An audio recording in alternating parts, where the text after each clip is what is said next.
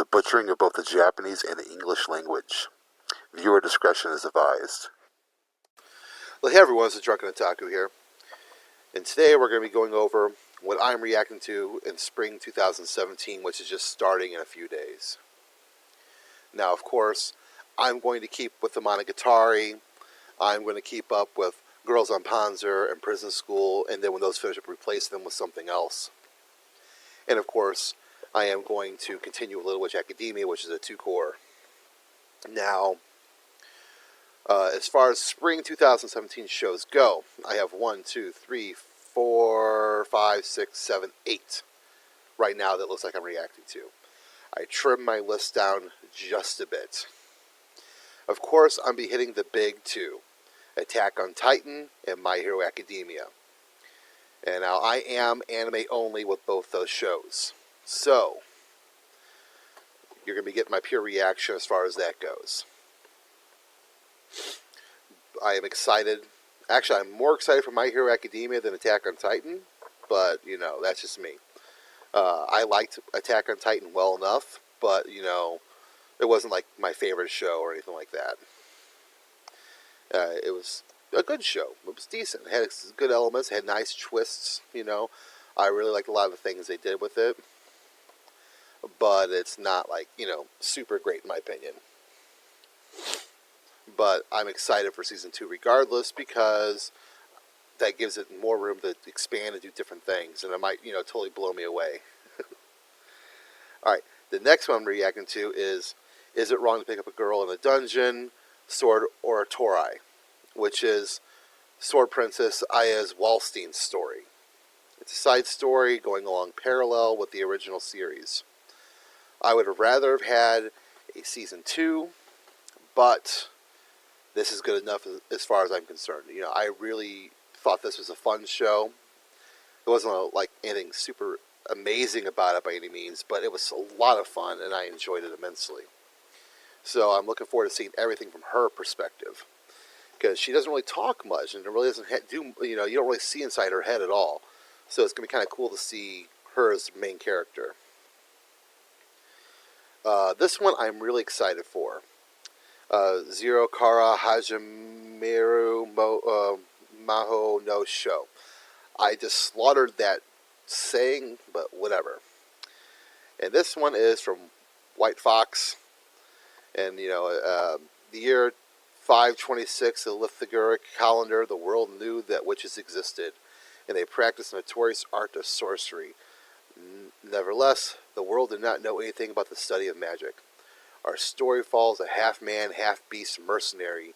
Humans mockingly call his kind the fallen beasts.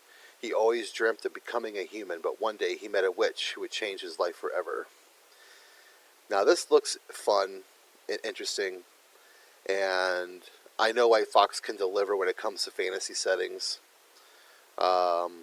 So this looks like it's going to be a lot of fun personally. So I am excited for this show. It's just a 12-episode, 1-core series. So we'll see where it goes. Another one looks like it could be really cool. I have not seen any of the previews for it yet, though. But the art looks fantastic. And the description sounds kind of cool. It's called The Clockwork Planet. One day, a black box suddenly crashes into the house of a high school dropout, Naoto Murai. Inside was a female automaton. The endless cycle of failure and success. The world does not change, and the mankind that does not change. At a time when reality and fantasy are screaming, the encounters of these two make the gears of fate move. So that could be fun. You know, it looks interesting. I need to check out the some of the previews for it, as far as that goes. I'm not really familiar with everyone working on it, so we'll see. Now, I am a sucker for time travel, so this next one looks pretty interesting. It's called Sakuradia Reset. Now, I haven't seen any actual video previews of it, but the setting sounds pretty cool. Basically, everyone has these special, you know, a lot of people have these special powers in this area. And basically a group controls the use of these powers. And these two teens, one of them has the power to return back time and the other one has the ability to remember the changes. So that's, and they solve mysteries and conduct missions for the group trying to stop control people from using their powers. So I mean that that sounds like it'd be kind of a lot of fun. So yeah, I'm pretty interested in that one right there. This one has a lot of really cool people working on it. I can't remember everyone who's working on it off the top of my head, but I know, that they have links to like Fate Zero and things like that. So, but it's called Recreators. And humans have created many stories: joy, sadness, anger, deep emotions. Stories that shake our emotions and fascinate us. However, these are only the thoughts of bystanders. But what if the characters in the story had intentions? To them, are we godlike existences for bringing their story into our world? Our world has changed. Mete out punishment upon the realm of the gods. In Recreators, everyone becomes a creator. That looks interesting. The animation looks pretty cool too, from what I saw. So we'll see how that goes as far as everything's concerned. And the last one I'm planning on reacting to is Alice to Zoraku. Now this one looks very interesting. It seems like it's going to have a really good combination of the heartwarming, which is something I like, and it looks like it has the potential to get really, really dark. But basically, the story centers on a little girl called Sanya, who is one of the children that holds the power of Alice's dream, an ability that enables her to materialize anything she imagines. After escaping a lab where she was a test subject, Sanya ends up in a normal world where she encounters an old man named Zoraku, but will he help her? This seems like it could go pretty dark as far as things go. And, but it also seems like it'll have some heartwarming elements to it as well. But, yeah, this is looking like something that I think will be pretty interesting. Now, are there any shows that you in particular are watching for spring? Anything that stands out to you coming out next season? Now, I say I'm reacting to all these, but I may, drop some, and I may stop reacting to a couple of them. If like no one is watching those reactions, I'm probably just going to not bother with it. Doesn't mean I'm going to stop watching the show. It just means I'll probably stop reacting to it if no one's watching those reactions. There was one more I thought too. Oh yeah, this one looks like it's going to be freaking over the top etchy, but Sin and Natsu no Tazai, will you be a worshiper of the devil lords? These beautiful lords lead humans to the 7 deadly sins, a revealing fantasy that creates a corruption and happiness to start now. I mean, this one looks like it's just going to be freaking etchy as hell. I'm not sure if I'm reacting to that one or not. That one might be too much. We'll see. Oh, man. You know what, though? I say that, but I'm reacting to Prison School, and Prison School's probably way more etchy than this show will ever get. Yeah, Prison School is something else entirely as far as shit goes. Holy crap. Oh. But yes, so those are the shows I'm reacting to for spring. Now, I am going to continue with Monogatari. I am going to continue with Prison School and Girls on Panzer and keep those at a regular upload schedule. When I finish Girls on Panzer and Prison School, I'll be replacing them with something else.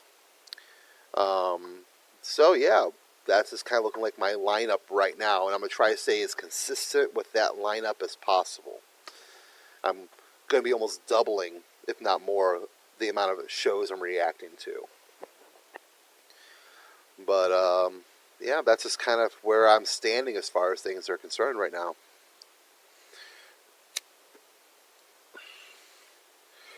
We're getting ready to hit 300 subscribers. That makes me pretty happy. I think at 500, I'm going to go ahead and do another Q&A for you guys, because that was kind of fun. and maybe another contest. We'll see.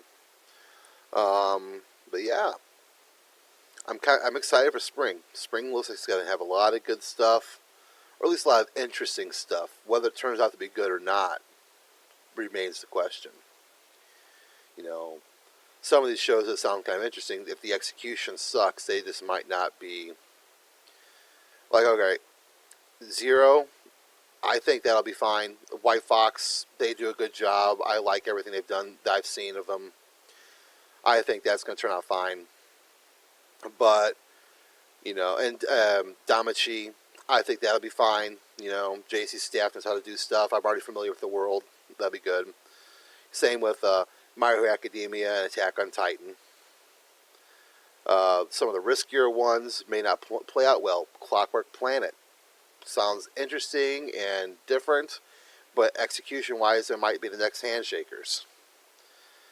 Same with Sakurada Reset. That may not turn out very well. I don't think I've ever seen anything by the production company before. And the artwork doesn't look all that great. Recreators, that one has a really good team working on it, but it might turn out pretty crappy as well. So, you never know. Was there anything else that looks pretty good? Ao Suzoraku is the JC Staff one, so that'll probably be fine as far as certain things go. But those are the only shows that stand out to me.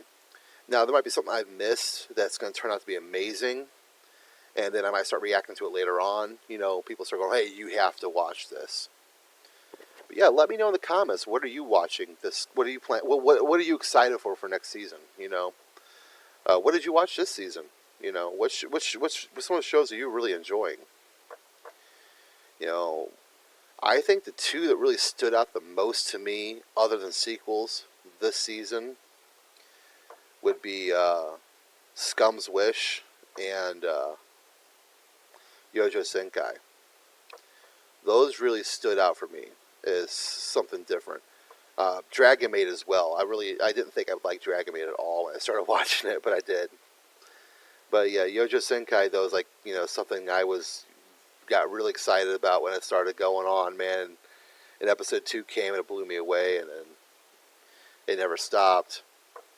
And then, of course, Scum's Wish is just so damn artistically done. Holy crap.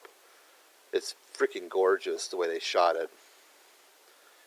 Great OST, great animation, everything about it is just freaking beautiful. In a very dark way. Well, this is Drunken Otaku, and I'm heading up. Please like and subscribe. Feel free to add me on Twitter, and check out my model list below. You guys have a great one.